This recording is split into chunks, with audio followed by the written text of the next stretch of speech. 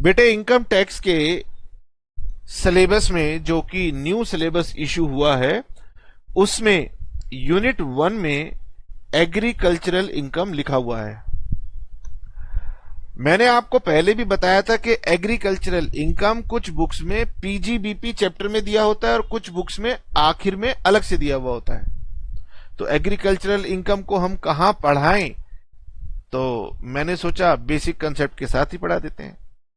आइए, मैं गगन कपूर आप सभी का वेलकम करता हूं और आज हम इस एग्रीकल्चरल इनकम को कंप्लीट करने जा रहे हैं। छोटा सा ये टॉपिक है। आपके मन में ये बात आएगी कि सर कैसे हम इनकम टैक्स में कोई भी चीज को कहीं भी पढ़ लें। तो बेटा ये पूरे सब्जेक्ट के अंदर ऐसा रहता है कि कुछ बातें एक दूसरे पॉइंट से जुड़ी हुई होती हैं, तो ऐसे ही हमें चलना पड़ता है। हमें 90-95% बातें समझ में आ जाती हैं, बाकी जो 2-4-5% है वो ऑटोमेटिकली कवर हो जाएगा। तो मैं आपके साथ चलता हूं एग्रीकल्चरल इनकम पर, और मैंने एग्रीकल्चरल इनकम के नोट्स को इसी अपने चैप्टर नंबर 1 के नोट्स के साथ ऐड कर लिया है। तो स्पेशल रेट ऑफ टैक्सेस के बाद यहां पर आपको दिखाई देगा एग्रीकल्चरल इनकम। अब सवाल ये उठता है कि सर आखिरकार एग्रीकल्चरल इनकम हम कहते किसको हैं। तो मैं आपको एग्रीकल्चरल इनकम के बारे में पहले रीड कराता हूं।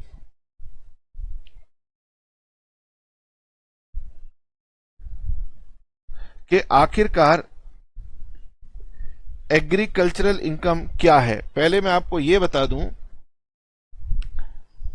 आपको याद होगा जब मैंने आपको कॉन्स्टिट्यूशन पढ़ाया था तो मैंने आपसे यह कहा था कि एग्रीकल्चरल इनकम को टैक्स करने की पावर सेंट्रल गवर्नमेंट को नहीं थी।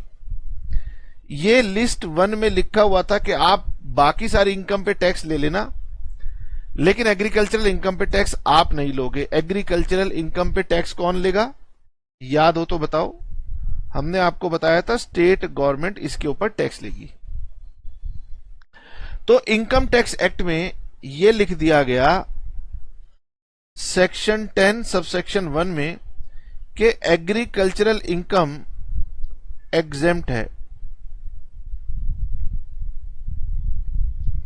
लेकिन हर इनकम तो एग्रीकल्चरल इनकम नहीं है।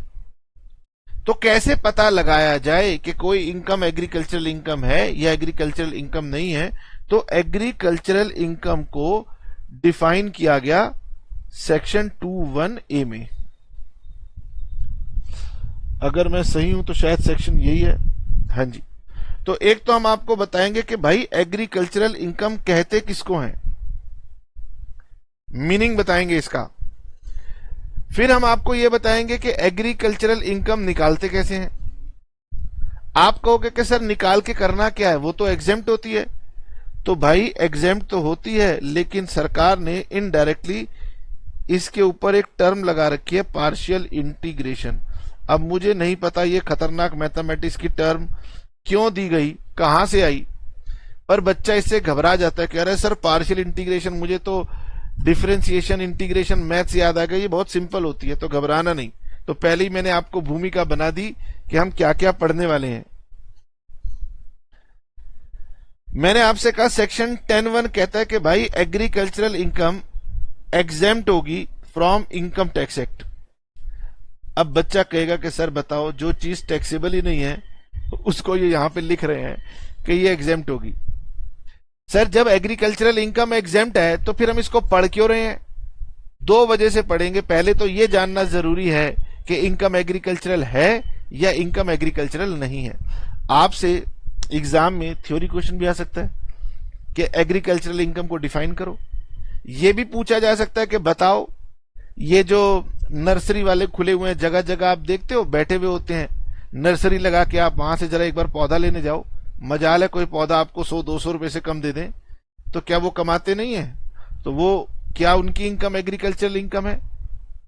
तो इस बारे में इनकम टैक्स डिफाइन करेगा। तो एक तो हम इसका मीनिंग पढ़ेंगे, और दूसरा जब हम इसका मीनिंग पढ़ लेंगे, एग्रीकल्चरल इनकम निकाल लेंगे, तो एग्रीकल्चरल इनकम की वजह से हमें कुछ एडजस्टमेंट करनी पड़ती हैं, बताया पार्शियल इंटीग्रेशन की, वो पढ़ेंगे। ठीक। एग्रीकल्चरल इनकम सेक्शन 10(1) कहता है एग्जेम्प्ट रहेगी, लेकिन ये स्टेट लेवल पर टैक्सेबल होती है। सेक्शन 2(1)(a) एग्रीकल्चरल इनकम को डिफाइन करता है। अब नेचुरली इनकम टैक्स पढ़ते पढ़ते आपको सेक्शन याद रखने में दिक्कतें होंगी, परंतु कोई बात नहीं, आप सेक्शन को भूल जाइए, एग्रीकल्चरल इनकम को समझने की कोशिश कीजिए कि एग्रीकल्चरल इनकम कहता क्या है। तो मैं आपको सरल भाषा में 2 लाइन का एक क्रक्स पढ़वाता हूं, और वो मैं आपको पढ़वाऊंगा सीए इंस्टीट्यूट के स्टडी मटेरियल से। मुझे 2 मिनट का समय दीजिए, ये मेरे ख्याल से सीए इंस्टीट्यूट का स्टडी मटेरियल होगा। हमने इसको केवल रेफरेंस लेने के लिए ले रखा है ताकि बच्चा समझ पाए। यहां लिखा है सीए इंस्टीट्यूट के स्टडी मटेरियल में लिखा है कि गगन, एग्रीकल्चरल इनकम की डेफिनेशन बहुत वाइड है, तो ज्यादा बच्चों को पढ़ाओगे समझ में नहीं आएगी, कंफ्यूज आएंगे, तो मोटा मोटा पढ़ाना, ऊपर ऊपर से पढ़ाना। मैंने कहा ठीक है। कह रहे अगर बच्चे ना समझ पाए क्योंकि तुम लॉ की बातें थोड़ी ज्यादा कर देते हो, तो ये समझा देना कि एग्रीकल्चरल इनकम 2 बातों को कवर करेगी। Income of not only the cultivators, जो किसान होता है, अब किसान एग्रीकल्चर मतलब खेती करता है, तो किसान की इनकम माफ होती है, या किसान की इनकम ही केवल एग्रीकल्चरल इनकम नहीं होगी। जो जमींदार हैं, जो खेत के मालिक हैं, अब गांव में होता क्या है कि लोग तो शहर में आ गए हैं, बच्चे नौकरी कर रहे हैं, उनके पेरेंट्स के पास खेती बाड़ी की जमीनें हैं, तो वो इसे बट्टे पे दे देते हैं। बट्टे पे देना एक लोकल भाषा है, बट्टे पे देने का मतलब होता है वो किराए पे दे देते हैं, क्योंकि भाई बच्चे अब वहां है नहीं, तो खेती बाड़ी की मेहनत कौन करेगा, तो वो लेबर्स को अपनी जमीन किराए पे दे देते हैं। तो जिसने खेती की उसकी इनकम एग्रीकल्चरल इनकम है, लेकिन सरकार ने लिखा जिनकी जमीन है, जिन्होंने अपनी जमीन किराए पर दी है, खेती बाड़ी की जमीन किराए पर दी है, उनको चाहे पैसे की फॉर्म में किराया मिले या फसल के रूप में किराया मिले, तो वो भी जो इनकम होगी वो भी हमारी क्या होगी, एग्रीकल्चरल इनकम ही होगी। और ये बताया कि जो किराया आपको मिलेगा वो कैश और काइंड किसी भी तरीके से मिल सकता है। मोटी मोटी मैंने आपसे कही कि किसान की कमाई भी और खेत के मालिक का जो किराया है, वो किराया जो मिल रहा है वो किराया भी खेतीबाड़ी की इनकम माना जाएगा। ठीक है सर, एक ब्रॉड आइडिया लग जाता है कि हाँ ये मतलब वो कहना चाहते हैं। तो वो कहना चाहते हैं कि गगन, अगर आपको किराया मिला, अभी अभी मैंने बताया कि केवल किसान की खेतीबाड़ी की कमाई को एग्रीकल्चरल इनकम नहीं कहा, जिसकी जमीन है उसने अपनी जमीन किराए पर दी हो, तो उससे जो किराया मिल रहा है, चाहे वो कैश में मिल रहा है चाहे वो फसल की फॉर्म में मिल रहा है, तो वो जो भी होगा वो भी एग्रीकल्चरल इनकम होगी। नाउ अगर आपको कोई किराया मिलता है या कोई रेवेन्यू मिलता है, अब ये रेवेन्यू मैं आपको समझा नहीं सकता, ये इसको छोड़ दो, आप समझो पहले किराया। कई बुक्स में तो वो कहेंगे यार, जो आप सिंप्लीफाइड नोट्स देखते हैं वो कहते हैं गगन रेवेन्यू को काट दो, सब कुछ समझने के चक्कर में कुछ भी समझ में नहीं आएगा, किराया समझो, ये आसानी से बच्चा समझ सकता है। आपको कोई किराया मिला, कहां से मिला, जमीन से मिला। वो जमीन कहां थी, याद रखना इंडिया में होनी चाहिए।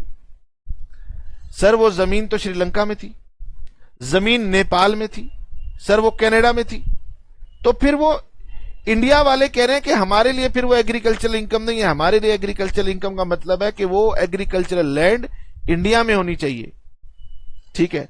उसका किराया अगर आपको मिला है तो वो एग्रीकल्चरल इनकम है, माफ होगा।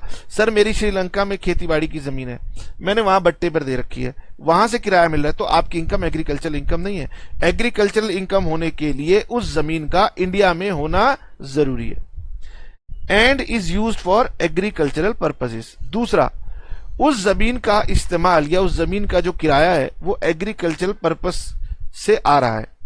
अब मैं आपको समझाता हूं, एक बहुत कॉमन एग्जांपल है, एक मूवी आई थी शाहरुख खान की, दिल वाले दुल्हनिया ले जाएंगे, तो उसका एग्जांपल दिया जाता है। वो मूवी पुरानी हो गई है, पता नहीं आप लोगों ने देखी है या नहीं देखी, पर उस समय वो मूवी बहुत ही ज्यादा फेमस हुई थी।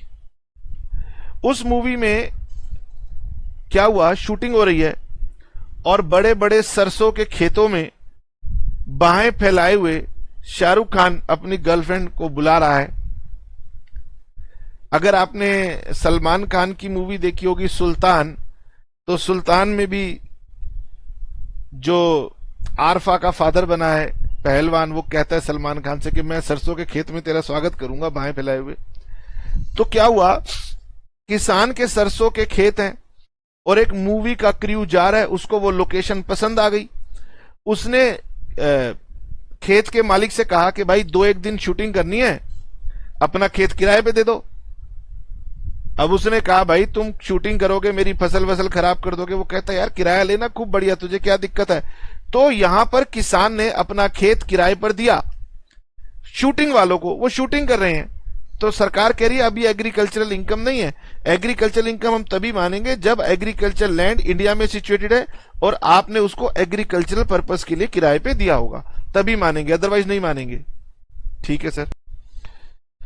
पहला है कि आपको देखना है कि रेंट मिला हो, वो लैंड से मिला हो, लैंड इंडिया में सिचुएटेड हो और उस लैंड का इस्तेमाल एग्रीकल्चरल पर्पसेस के लिए होता हो। अब क्या होता था, अगर मैं पुराना एग्जामिनेशन पैटर्न देखता हूं तो उस एग्जामिनेशन पैटर्न में बीकॉम ऑनर्स के अंदर 3 केस लॉ दिए होते थे और उन 3 केस लॉ में से एक केस लॉ हर अल्टरनेटिव एग्जामिनेशन पेपर में पूछा जाता था। वो केस था commissioner of income tax versus Raja Binoy Kumar Sahas Roy. आराम से सुनिए, इस केस को मैंने यहां पर डिस्कस नहीं किया है, आपकी बुक में हो सकता है कि ये केस दिया हुआ हो, नहीं दिया होगा तो हम गूगल करके पढ़ लेंगे। हमें इसके बारे में कई बार सीधा डायरेक्ट क्वेश्चन आ जाता था कि 10 नंबर का कि केस लॉ का मेन क्रक्स लिखिए, और केस लॉ था राजा बिनोय कुमार साहस रॉय वर्सेस सीआईटी।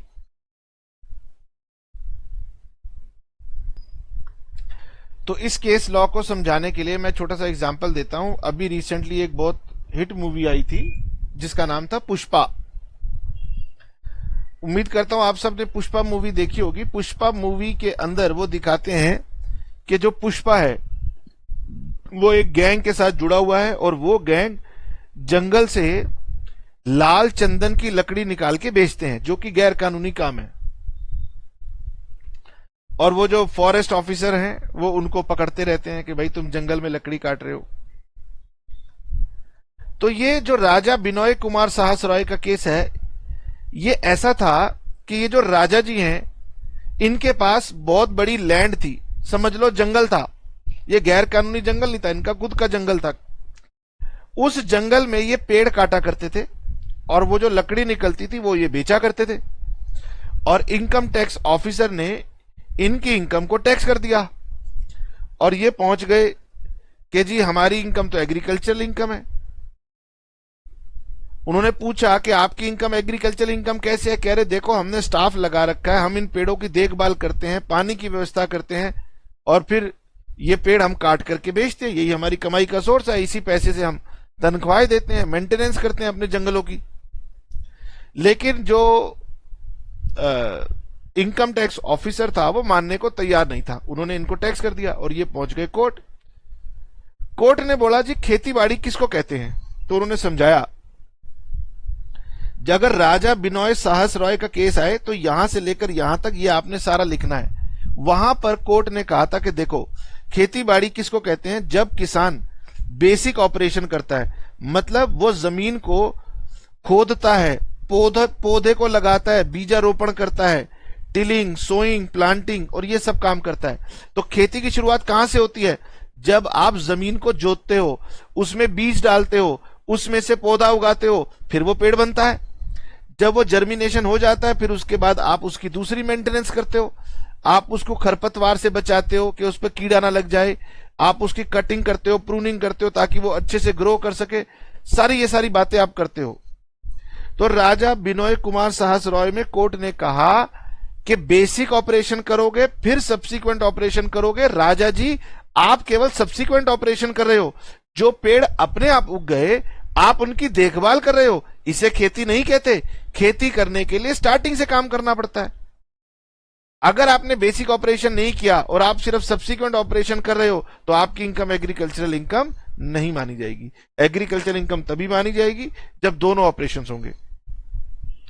तो उन्होंने कहा कि बेसिक ऑपरेशंस भी करने हैं, सब्सिक्वेंट ऑपरेशंस भी करने हैं, दोनों होंगे तभी आपकी इनकम एग्रीकल्चरल इनकम होगी। अगर आपने बेसिक ऑपरेशन नहीं किया और सब्सिक्वेंट कर दिया तो आपकी इनकम एग्रीकल्चरल इनकम नहीं है, इसीलिए आपको टैक्स देना होगा और इनकम टैक्स ऑफिसर सही है। अब कोई कंफ्यूजन ना रह जाए, इसके लिए सीए इंस्टीट्यूट का मटेरियल एक बात और कहता है कि गगन, बच्चों को एक बात और बता दो कि एग्रीकल्चरल इनकम की परिभाषा को बढ़ाते हुए उन एक्टिविटीज को शामिल मत कर लेना जिनका लैंड के साथ डिस्टेंट रिलेशनशिप है। डायरेक्ट रिलेशन नहीं है, इनडायरेक्ट रिलेशनशिप है। मतलब वो कह रहे हैं भाई, जमीन पर आपने कुछ मुर्गियां पाल ली और वो मुर्गी का अंडा निकाल के आप बेच रहे हो, या फिर मुर्गी को ही बेच रहे हो, या फिर आपने डेयरी फार्म खोल रखा है, वहां पर आपने गाय, भैंस, बकरी ऐसे जानवरों का पालन पोषण करते हो, उनसे दूध निकालते हो, ऊन निकालते हो, बेच देते हो। या फिर आपने जमीन पर पेड़ उगाए, उस पर मधुमक्खी के छत्ते लगवा दिए, वहां से शहद निकाल लिया। तो ये सब बड़े ना इनडायरेक्ट एक्टिविटीज हैं। तो साफ साफ लिखा है कि एग्रीकल्चर मीनिंग इतना एक्सटेंड नहीं हो सकता कि आप dairy farming, breeding, rearing of live stock, butter making, चीज मेकिंग, पोल्ट्री फार्मिंग, इन सबको इंक्लूड नहीं करोगे। ओके।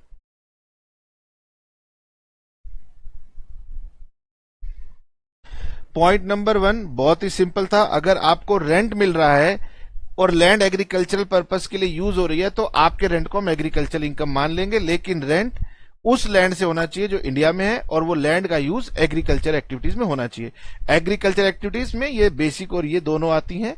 अगर सब्सिक्वेंट होगी और बेसिक नहीं होगी तो इसे एग्रीकल्चरल इनकम नहीं मानेंगे। ये राजा बिनॉय वाले केस में कहा था।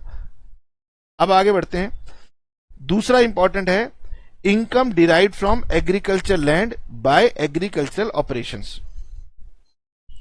तो यहां पर लिखा हुआ है कि जो भी इनकम मिलती है एग्रीकल्चरल लैंड से, चाहे वो कल्टीवेटर को मिले या फिर receiver of rent in kind, या फिर आपको वो ये कहता है, किसान ये कह रहा है कि मैं जो भी फसल उगाऊंगा उसकी आधी आपकी होगी, आधी मेरी होगी, तो जिसको वो किराए के तौर पे मिल रही है वो भी इनकम एग्रीकल्चर इनकम होगी। For any process ordinarily employed to render the product raised और fit to be taken to the market. अब वो कहते हैं कि मान लो किसान ने कोई फसल उगाई, मान लेते हैं किसान ने आलू उगाया। अब वो आलू उगा करके मंडी में बेचने जाए तो ठीक है। अब हो सकता है कि आलू को बेचने से पहले उसे उसकी धुलाई करनी पड़ती हो। चावल उगाया, धान उगाया तो उसकी पिटाई करके उसमें से चावल को अलग करना पड़ता है। तो कई बार फसल को निकालने के बाद उस पर कोई प्रोसेस करनी पड़ती है जिसके बाद ही वो प्रोडक्ट मार्केट में बिक सकता है। अब किसान ने क्या किया, वो प्रोसेस के बियॉन्ड और भी प्रोसेस करनी शुरू कर दी। उसने कहा छोड़ो आलू का बाजार में क्या भाव मिलना है, छोड़ो परे, क्या करता हूं मैं आलू के चिप्स बना देता हूं। किसान ने गन्ना उगाया, गन्ना बेचने की बजाय उसने गन्ने से गुड़ बना दिया, चीनी बना दी, खांड बना दी और वो बाजार में बेचने चला गया और कह रहा है मेरी इनकम एग्रीकल्चरल इनकम है। आपने आम उगाए, आपने कहा छोड़ो यार आम क्या बेचना, आम का अचार बना के बेचता हूं, आम का आम पापड़ बना के बेचता हूं, आम की चटनी बना के बेचता हूं, मुरब्बा बना के बेचता हूं। तो सरकार कह रही है ऐसे एग्रीकल्चर इनकम नहीं होती। एग्रीकल्चर इनकम का मतलब है मिनिमम प्रोसेस करनी है, खेती बाड़ी कीजिए और मिनिमम प्रोसेस के बाद जब वो फर्स्ट स्टेज में आएगी सेल होने के लिए इमीडिएटली सेल कर दीजिए। अगर आपने उसके बियॉन्ड प्रोसेस कर दिया तो फिर उस प्रोसेस से जो एक्स्ट्रा वैल्यू आएगी वो बिजनेस इनकम होगी। ये मैं अभी बताऊंगा, ठीक है। और income derived from sale of agricultural produce is also agricultural income. तो जिसने वो एग्रीकल्चरल प्रोड्यूस उगाया होगा वो उसको बेचेगा, उससे जो इनकम होगी वो एग्रीकल्चरल इनकम होगी। नाउ आपने ध्यान रखना है कि आपने केवल मिनिमम ऑपरेशन करना है जिससे वो प्रोडक्ट मार्केट में सेलेबल हो जाए, उसके बियॉन्ड की प्रोसेस नहीं करनी। तीसरा है इनकम फ्रॉम फार्म बिल्डिंग। तीसरे होते हैं फार्म हाउसेस। खेत में फार्म हाउस होता है। फार्म हाउस का काम क्या होता है कि वहां पर आपने खेतीबाड़ी के औजार रखने हैं, खेतीबाड़ी का सामान रखना है, इसलिए वहां पर फार्म हाउस होता है। फार्म हाउस का मतलब क्या है? खेत में एक छोटी सी बिल्डिंग। लेकिन शहर में एक फार्म हाउस का बड़ा मॉडर्न कल्चर चल गया है। आजकल देखो शादी करनी हो फार्म हाउस में, तो फार्म हाउस की इनकम भी एग्रीकल्चरल इनकम है, लेकिन फार्म हाउस का इस्तेमाल एग्रीकल्चर के लिए होना चाहिए। अगर फार्म हाउस का इस्तेमाल आप वेडिंग करने के लिए कर रहे हो तो फिर फार्म हाउस की इनकम आपकी एग्रीकल्चरल इनकम नहीं है। तो उन्होंने कहा कि अगर कोई बिल्डिंग इन शर्तों को सेटिस्फाई करती है तो उसकी इनकम एग्रीकल्चरल इनकम है। Building must be occupied by the cultivator और receiver of rent in kind. या तो वो फार्म हाउस किसी किसान के कब्जे में है, या फिर जो लैंडलॉर्ड है उसने रखा हुआ है, वो उसमें अपना सामान या उसको स्टोरेज की तरह यूज करता है, और ये आपकी खेत की जमीन के साथ होना चाहिए और इस पर एग्रीकल्चरल एक्टिविटी होनी चाहिए। अगर इस पे आप शादी ब्याह कर रहे हैं तो हम इसको नहीं मानेंगे। अच्छा जी, अगर आपने अपनी खेतीबाड़ी की जमीन बेची तो खेतीबाड़ी की जमीन गांव में भी हो सकती है, शहर में भी हो सकती है। अगर वो शहर की है तो वो एग्रीकल्चरल इनकम में नहीं आएगी। अगर आपने खेतीबाड़ी की जमीन बेची है, हम यहां एग्रीकल्चरल इनकम की बात कर रहे हैं, एग्रीकल्चर लैंड को बेचोगे, वो जो कमाओगे उसको एग्रीकल्चरल इनकम मत कह देना। कि आप कभी ये कह दो कि सर आपने यहां लिखा था रेंट और रेवेन्यू डिराइव फ्रॉम लैंड, तो अगर मेरी एग्रीकल्चर लैंड मैंने बेची और उसके जो सेल प्राइस मिले वो आपकी एग्रीकल्चरल इनकम नहीं होगी। और दूसरा, अगर आपने कोई नॉन एग्रीकल्चर एक्टिविटी अपने फार्म हाउस से की है, उसकी इनकम भी आपकी एग्रीकल्चरल इनकम नहीं होगी। और तीसरा, ये जो नर्सरी खुली हुई है, जो सैपलिंग्स बेचती हैं, पौधे बेचती हैं, इनसे जो इनकम होती है ये एग्रीकल्चरल इनकम मानी जाती है। ओके सर, तो मैंने आपको काफी डिटेल में समझाने की कोशिश की what is the meaning of agricultural income. अब बच्चा कहता है कि सर हमें तो एग्जाम में प्रैक्टिकल क्वेश्चन आता है। चलिए, तो प्रैक्टिकल क्वेश्चन में बताते हैं आपको किस तरीके का क्वेश्चन आएगा। आराम से मेरी बात को सुनना। हम बात कर रहे हैं एग्रीकल्चरल इनकम की, ठीक है? नोट करने की जरूरत नहीं है, समझने की जरूरत है। एक किसान ने आलू उगाया। आलू उगाया तो जाइए इसको मार्केट में सेल कर दीजिए। वेजिटेबल्स उगाई, मार्केट में जाइए और सेल कर दीजिए। अब एक प्रॉब्लम है, ऑर्डिनरी तो एग्रीकल्चरल प्रोड्यूस लोग जो है मार्केट में जाके सेल कर देते हैं। अब क्या है, गवर्नमेंट ने बोला कि एक किसान ने टी लीव्स उगाई। देखते हो मूवीज में दिखा रखी होती हैं वो लेडीज अपने सर पे लटका के पीछे एक जूट की या लकड़ी की, बैम्बू की या कुछ बनी हुई टोकरी सी होती है, पत्ते उसमें डालती रहती हैं, तो टी लीव्स। अब गवर्नमेंट कहती है कि आप टी लीव्स को जाके मार्केट में सेल कर दो, लेकिन टी लीव्स वाले ना अक्सर टी को प्रिपेयर करके ही सेल कर रहे होते हैं। आपको बाजार में कम ही ऐसा मिलेगा कि कोई चाय पत्ती उगाए और बेच दे। वो चाय पत्ती को प्रोसेस करके Tata T, broke Bond tea, red label T, ये सब ना कंपनियां क्या करती हैं, बागान लेती हैं, उगाती हैं और बेच देती हैं। इन सभी का काम यही है। ऐसा ही ना रबड़ वालों के साथ भी होता है। ये क्या करते हैं, पेड़ में कुछ कट लगाते हैं और फिर पेड़ से जो लिक्विड बाहर आता है उसको, ये रबड़ प्लांट से रबड़ आता है और ये उसको भी अक्सर प्रोसेस करके कुछ लेटेक्स फॉर्म करके सेल करते हैं। सिमिलरली जो कॉफी उगाते हैं वो भी कुछ ना कुछ प्रोसेस करते हैं और फिर जाकर के कॉफी को मार्केट में सेल करते हैं। गवर्नमेंट ने देखा कि इन प्रोडक्ट्स में ना ये ट्रेंड है कि ये लोग अपने प्रोड्यूस को कुछ प्रोसेस करके फिर सेल करते हैं। गवर्नमेंट ने कहा था कि एग्रीकल्चरल इनकम के लिए आप अपने प्रोडक्ट को जैसे ही सेलेबल स्टेज में लाते हैं उसी स्टेज पे सेल करिए, हम आपकी इनकम को एग्रीकल्चरल इनकम मानेंगे। लेकिन इन्होंने कहा कि नहीं सर, हम ऐसे सेल नहीं करेंगे, हमारी तो इंडस्ट्री स्टैंडर्ड है, हम तो ये थोड़ा प्रोसेस करने के बाद ही बेचते हैं। कहने का मतलब यह है कि ये यहां से लेकर यहां तक प्रोसेस कर देते हैं, और गवर्नमेंट का कहना यह था कि आप पूरी इतनी प्रोसेस के बाद ही इसे मार्केट में सेलेबल कंडीशन में ले आए थे, यहां सेल करो। वो कह रहे थे नहीं, हम यहां सेल करेंगे। तो गवर्नमेंट ने कहा उस केस में यहां पर जो आपकी इनकम आएगी, ये इनकम कॉम्पोजिट इनकम कहलाएगी। मतलब इसमें दो पार्ट होंगे, एग्रीकल्चरल इनकम भी होगा और बिजनेस इनकम भी होगा। तो गवर्नमेंट ने कहा ये जो टी, रबड़ और कॉफी, ये जो तीन है, इन तीन लोगों को जो इनकम मिलती है, उनकी इनकम कुछ पार्ट एग्रीकल्चरल होती है और कुछ पार्ट बिजनेस होती है। उसके गवर्नमेंट ने रेट दे दिए।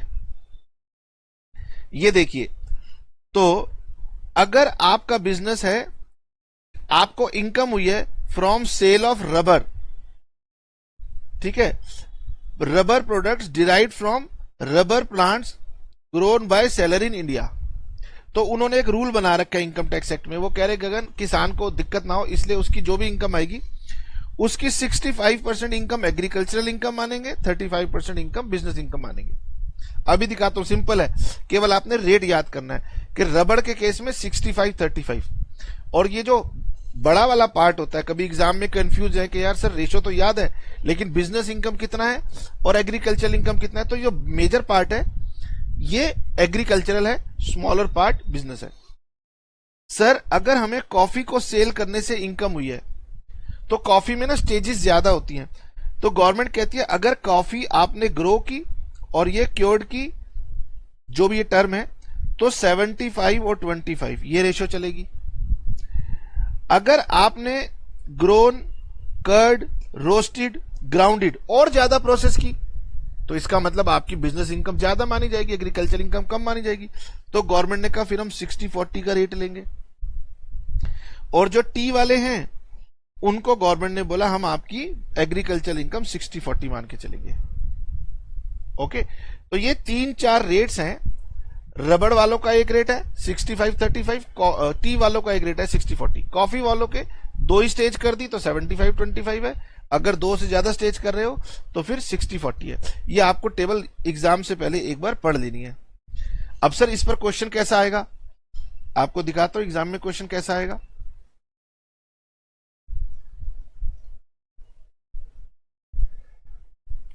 अच्छा, ये वाला अगर आपको चाहिए हो तो मैंने बार बार बताया है, आप गूगल पे लिखिए सीए स्टडी मटेरियल, सीए की वेबसाइट खुल जाएगी। इंटरमीडिएट में जाइए, इंटरमीडिएट में जो उनका पेपर नंबर 3 आता है इनकम टैक्स है, वहां से आपको basic chapter number 1 basic download करेंगे तो मिल जाएगा, फ्री ऑफ कॉस्ट अवेलेबल है।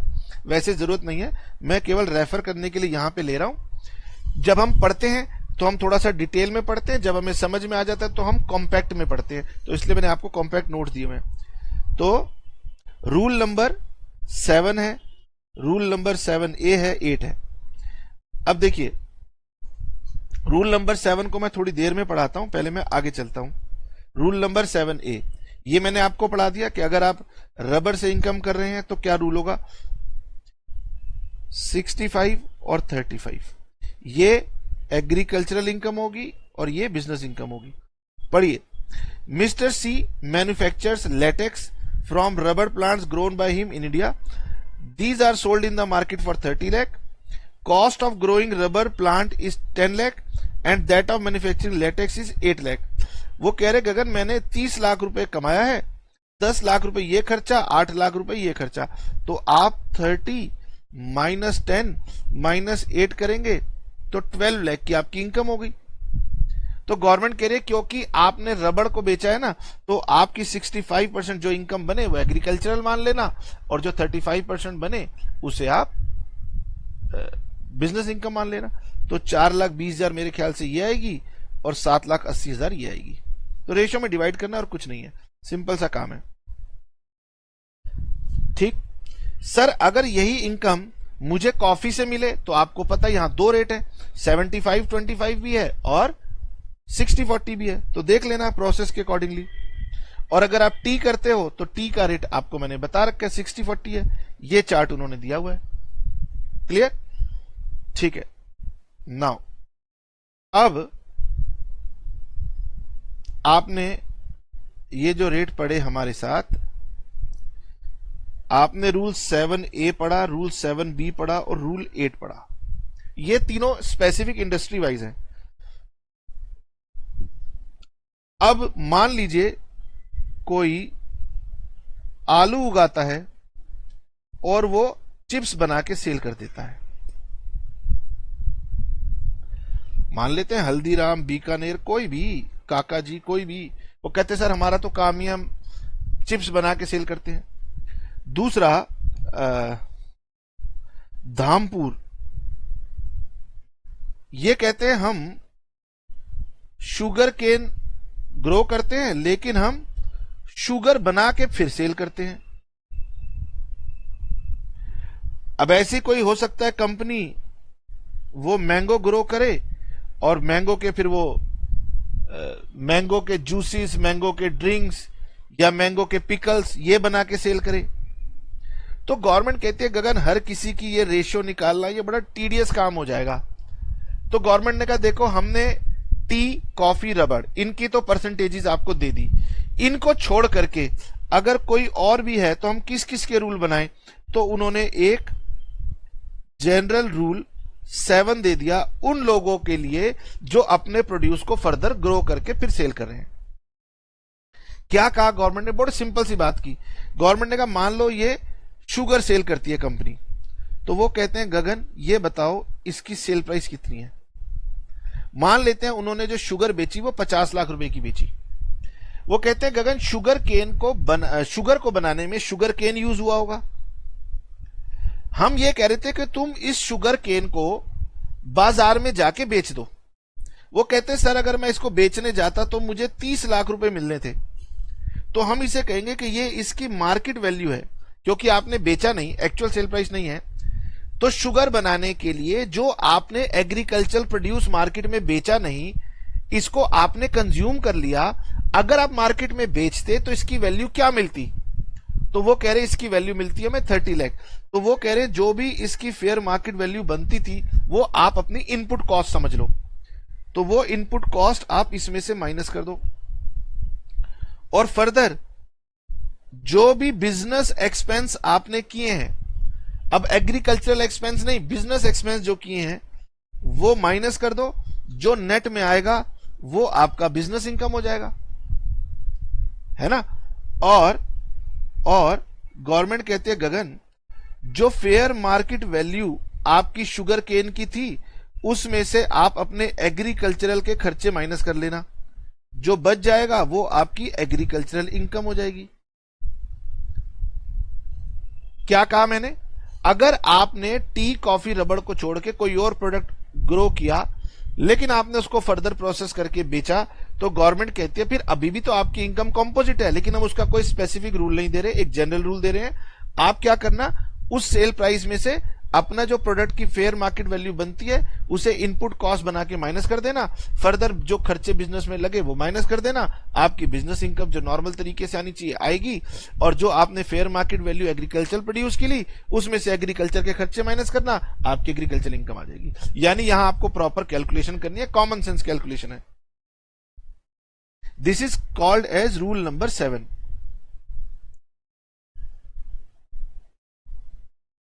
पढ़िए, पहली बार पढ़ेंगे थोड़ा सा कंसंट्रेट करना पड़ेगा, दूसरी बार पढ़ेंगे तो आराम से बन जाएगा।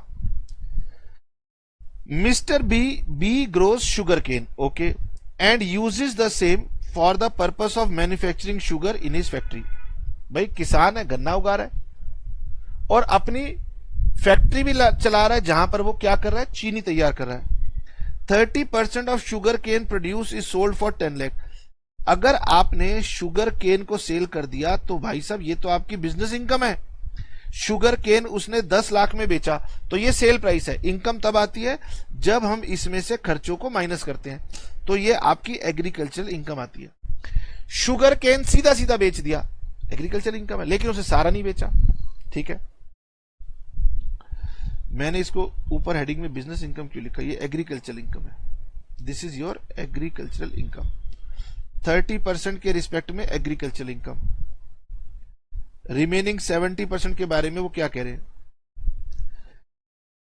And the cost of cultivation of such sugar cane is 5 lakh. वो कह रहे गगन हमने इसकी कल्टीवेशन में 5 लाख रुपए खर्च किए, तो 5 लाख की एग्रीकल्चर इनकम आ गई। The cost of cultivation of balance sugar cane is 14 lakh. कहता है जो बाकी हमने शुगर केन उगाया था उसमें खर्चा हुआ था 14 लाख और उसकी मार्केट वैल्यू थी 22 lakhs. Okay, after incurring 1.5 lakh in the manufacturing process, the balance sugar cane was sold for 25 lakh। ये जो 70% शुगर केन थी ये आपने सेल कर दी 25 लाख में। ओके, तो इसमें जो आपने शुगर केन इस्तेमाल की उसकी फेयर मार्केट वैल्यू को यहां लिखो। उसकी फेयर मार्केट वैल्यू थी 22 लाख और उसमें खर्चे आपने किए 1.5 लाख, तो आपको 1.5 लाख की हो गई बिजनेस इनकम। जो 70% थी वो कंपोजिट इनकम थी, उसमें आपने शुगर बना के बेची, तो उसमें से मैंने अभी केवल क्या निकाली, बिजनेस इनकम। अब उसमें एग्रीकल्चरल इनकम कितनी थी, तो जो उसकी फेयर मार्केट वैल्यू थी वो थी 22 लाख और उसमें कल्टीवेशन का खर्चा कितना था 14 लाख, तो ये 8 लाख की आपकी क्या हो गई एग्रीकल्चरल इनकम। तो 30% शुगर केन डायरेक्ट बेच दिया, वो सारी एग्रीकल्चरल इनकम। 70% की आपने शुगर बना के बेची, तो उसके दो पार्ट, एग्रीकल्चरल अलग और बिजनेस इनकम अलग। प्रेजेंटेशन की ज्यादा चिंता मत करना, बुकिश प्रेजेंटेशन के पीछे मत भागना, जो प्रेजेंटेशन आपको ठीक लगती हो वैसे एग्जाम में प्रेजेंट कर देना। बुक वाला तो बहुत टाइम लगा लगा के ये जो सीए वाले स्टडी मटेरियल बना रहे हैं ना, ये आज से नहीं बना रहे, 30 ईयर से तैयार कर रहे हैं, तो अब इनके चक्रों में मत पड़ना, आपको जैसे अच्छा लगे वैसे बनाना। तो देखो पहले तो उन्होंने बताया गगन बिजनेस इनकम कैसे निकालेंगे, simple, sale price minus sugar cane की फेयर मार्केट वैल्यू और माइनस उसको फैक्ट्री में जो खर्चे लगे वो माइनस, ये बिजनेस इनकम आ गई। एग्रीकल्चर इनकम 70% की अलग निकाल दी और 30% की अलग निकाल दी। मेरे ख्याल से ये आपको कोई दिक्कत नहीं देगी।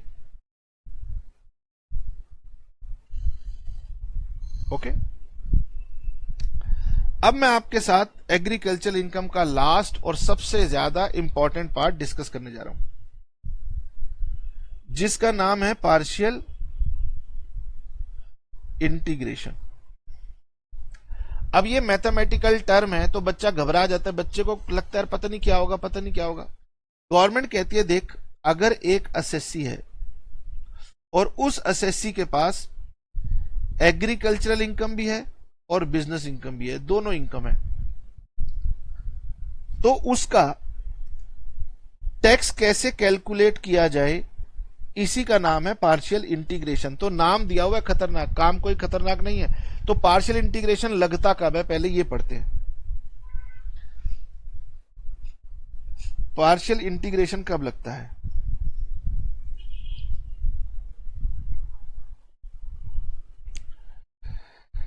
Partial integration of agricultural income.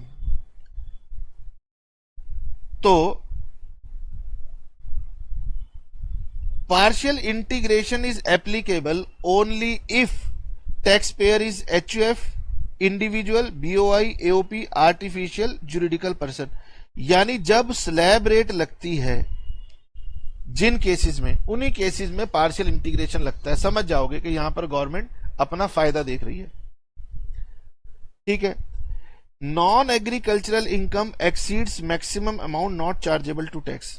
वो कह रहे गगन इसके लिए जो आपकी बिजनेस इनकम है वो 2.5 लाख, 3 लाख, 5 लाख, जो भी आपका केस बनता हो, चाहे वो डिफॉल्ट टैक्स रेजिम का बनता हो, नॉर्मल टैक्स इनकम बनता हो, आपकी जो ये इनकम है ना business income, this business income should be more than this, तो तभी आपको टैक्स देना है। अगर एक व्यक्ति की इनकम बेसिक एग्जेम्पशन लिमिट से ज्यादा नहीं है तो उसको टैक्स ही नहीं देना।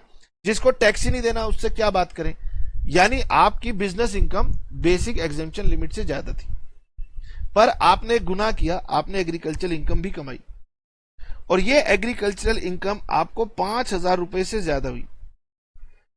अगर ये एग्रीकल्चरल इनकम आपको 5,000 रुपीज से ज्यादा हुई, ये दोनों कंडीशन है, तो आपको पार्शियल इंटीग्रेशन की प्रोसेस लगेगी।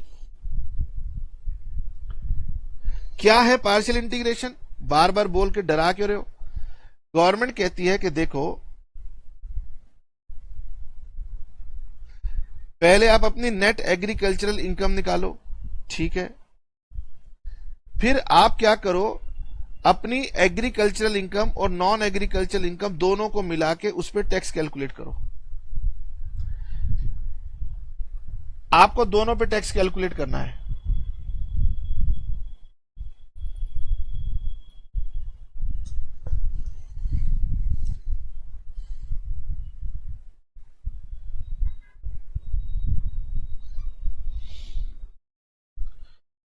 आपको एग्रीकल्चरल इनकम और नॉन एग्रीकल्चरल इनकम दोनों को जोड़कर दोनों के ऊपर टैक्स निकालना है।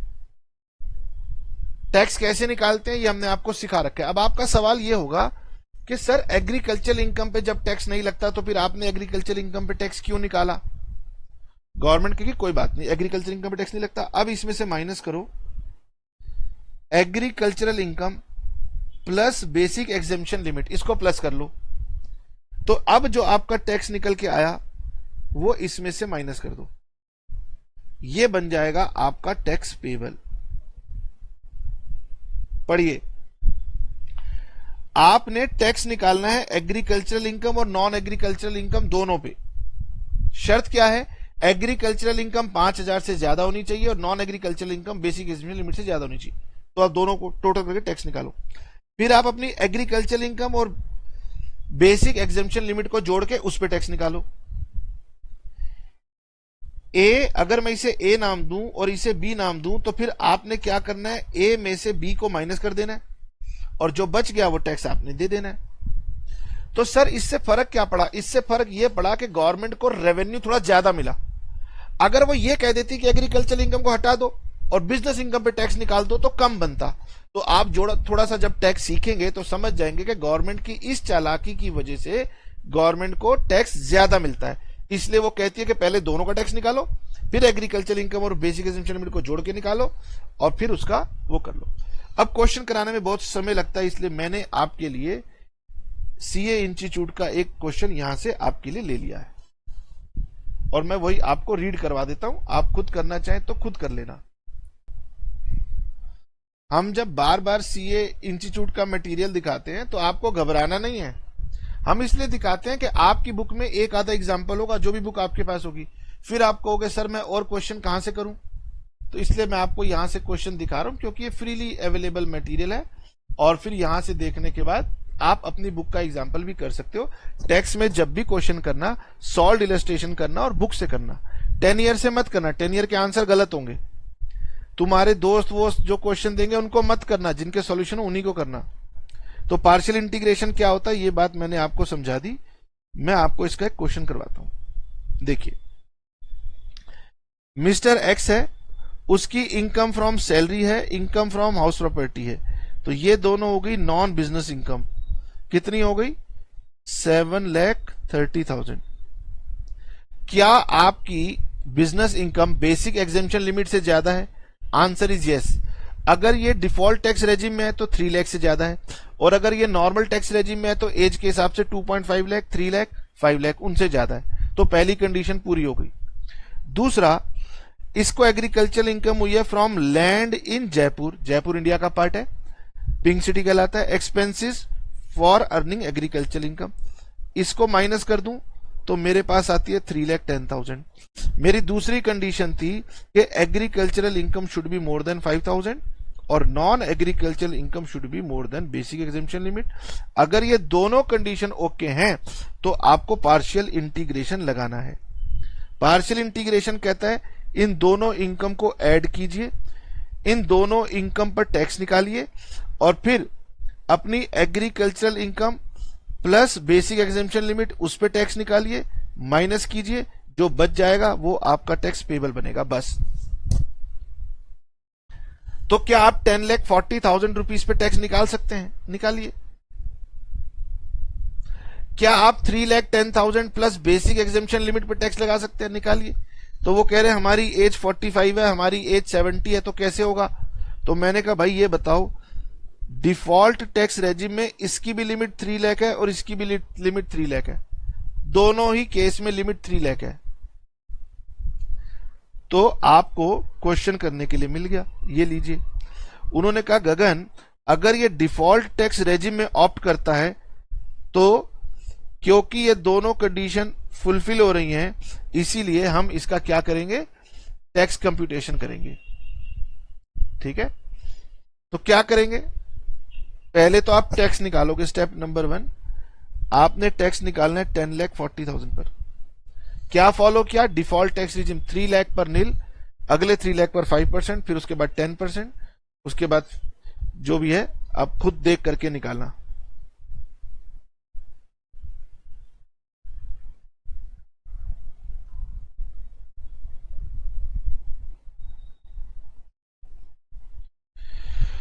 उसके बाद अगर आप डिफॉल्ट टैक्स रेजिम फॉलो कर रहे हो तो डिफॉल्ट टैक्स रेजिम में बेसिक एग्जेम्पशन लिमिट 3 लाख है, तो उसके साथ जोड़ करके आप इस पे टैक्स निकालना। ओके, और फिर जो फर्स्ट स्टेज में टैक्स निकला था उसमें से सेकंड स्टेज को माइनस कर देना, तो ये आपका 50,000 का टैक्स पेबल आ गया। अब सर इस केस में ना क्या है, मार्जिनल रिलीफ और रिबेट की बात दोनों देखनी पड़ेंगी, तो इसमें रिबेट आ रही है तो इसलिए रिबेट की उन्होंने कैलकुलेशन की है।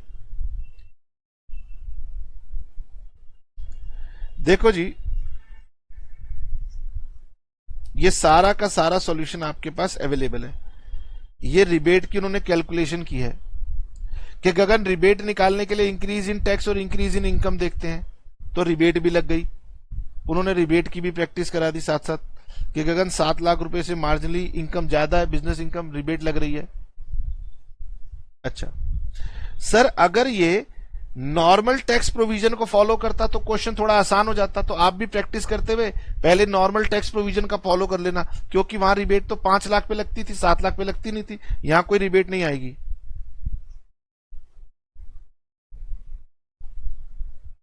कंसेप्ट वही है कि आपने एग्रीकल्चरल इनकम और नॉन एग्रीकल्चरल इनकम दोनों पे मिला के टैक्स निकालना है।